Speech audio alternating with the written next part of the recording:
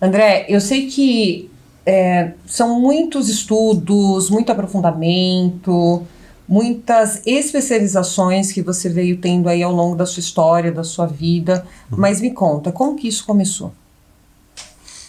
Começou na minha adolescência, quando eu comecei a praticar artes marciais orientais, Kung Fu, Tai Chi Chuan e o Yoga. Então foi algo que fez muito sentido para mim lá naquela época, faz ainda hoje. Eu ainda tenho essas perspectivas e essas práticas orientais como uma filosofia de vida. E daí eu falei, pô, é muito interessante eu estudar isso do ponto de vista científico. Daí eu fui fazer então a formação em fisioterapia, depois eu fui fazer então em psicologia e depois especializar nisso que é então essa ciência, vamos pensar assim, da interação mente e corpo, né? Eu penso que a psicologia por um lado, a fisioterapia do outro, elas complementam essa perspectiva integral do ser humano. E no Oriente eu encontrei nessas práticas como yoga, as práticas de meditação, uma ferramenta muito interessante e eficaz de integrar esses conteúdos que na perspectiva ocidental muitas vezes está separada. A gente pensa que corpo é uma coisa, que mente é outra coisa, mas assim, na verdade é uma unidade, né? São duas faces da mesma moeda. E nessas práticas integrativas mente e corpo orientais, encontrei uma forma, um olhar diferente que aqui no Ocidente acabou sendo separado. Então a ideia de eu formar nessas duas áreas foi criar condições então acadêmicas, científicas e entender como que essas práticas conseguem então propiciar essa integração mente, corpo e espírito. Bacana, bacana. Eu tenho várias perguntas para fazer e eu sei que você tem vários conteúdos para trazer, né? Mas na próxima chamada a gente vai falar um pouquinho mais sobre isso, tudo bem? Tudo bem. André, me fala. Eu acho que isso é a curiosidade de quem ainda não chegou no sétimo semestre, quem ainda em outras faculdades não teve aí a fenomenologia existencial. E você veja, né? Quando eu vim a conhecer, a minha turma veio a conhecer, nós estávamos no sétimo semestre. Então, assim, já havia passado um tempo aí ouvindo sobre Freud, ouvindo sobre a terapia cognitiva comportamental e dentre outras, né? Mas nada realmente sobre fenomenologia.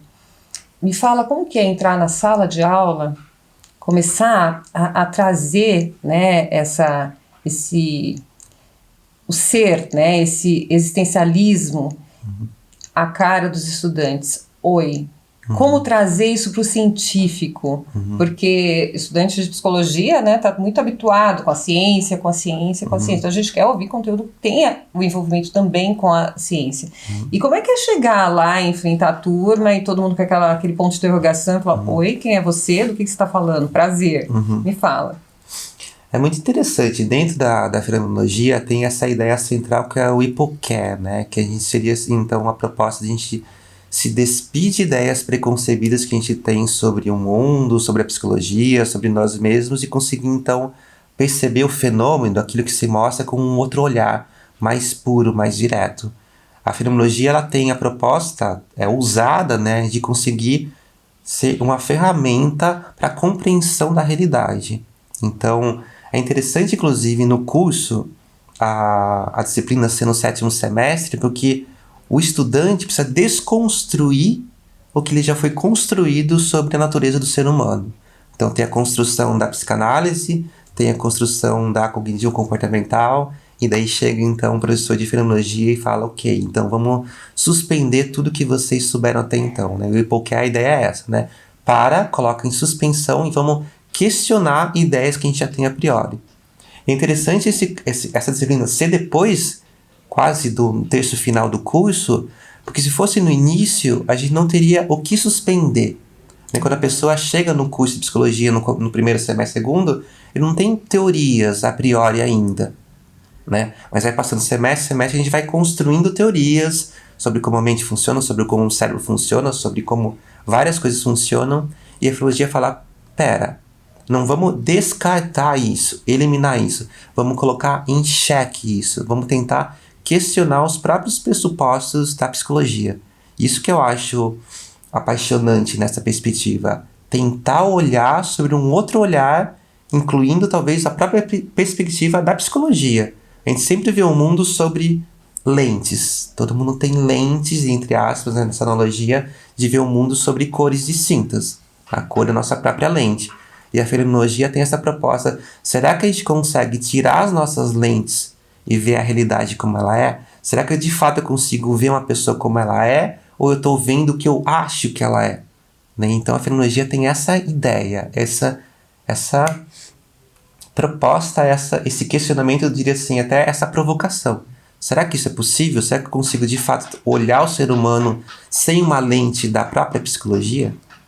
Nossa, gente, é simplesmente apaixonante. Mesmo porque eu vivi essa história com você, né? Então eu posso falar o que o estudante ele sente no momento que chega algo tão profundo e que você tem que, né, exercer o Epoqué, né, e para que você consiga absorver, porque se você não exerce o Epoqué, você não consegue absorver, né? Você tem que realmente, dentro do meu idioma ainda, né, sair fora da caixa, né, para conseguir olhar a caixa do outro.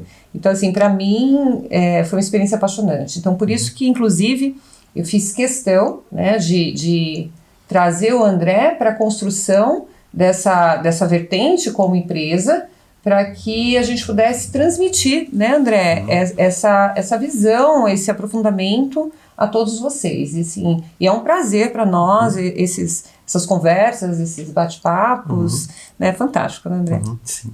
Obrigada, gente, até o próximo. Até.